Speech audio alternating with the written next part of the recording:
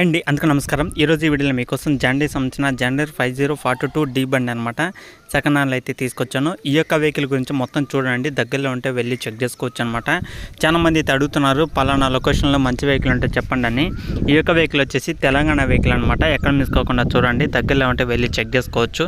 Vehicle గురించి మొత్తం details అనేది తెలుస్తుంది అనమాట. చాలామంది అయితే అడుగుతున్నారు తెలంగాణలో ఇంత ప్రైజ్లో వెహికల్ కావాలని, అలాగే ఈ మోడల్లో వెహికల్ కావాలని అయితే అడుగుతున్నారు కాబట్టి చెప్తున్నాను.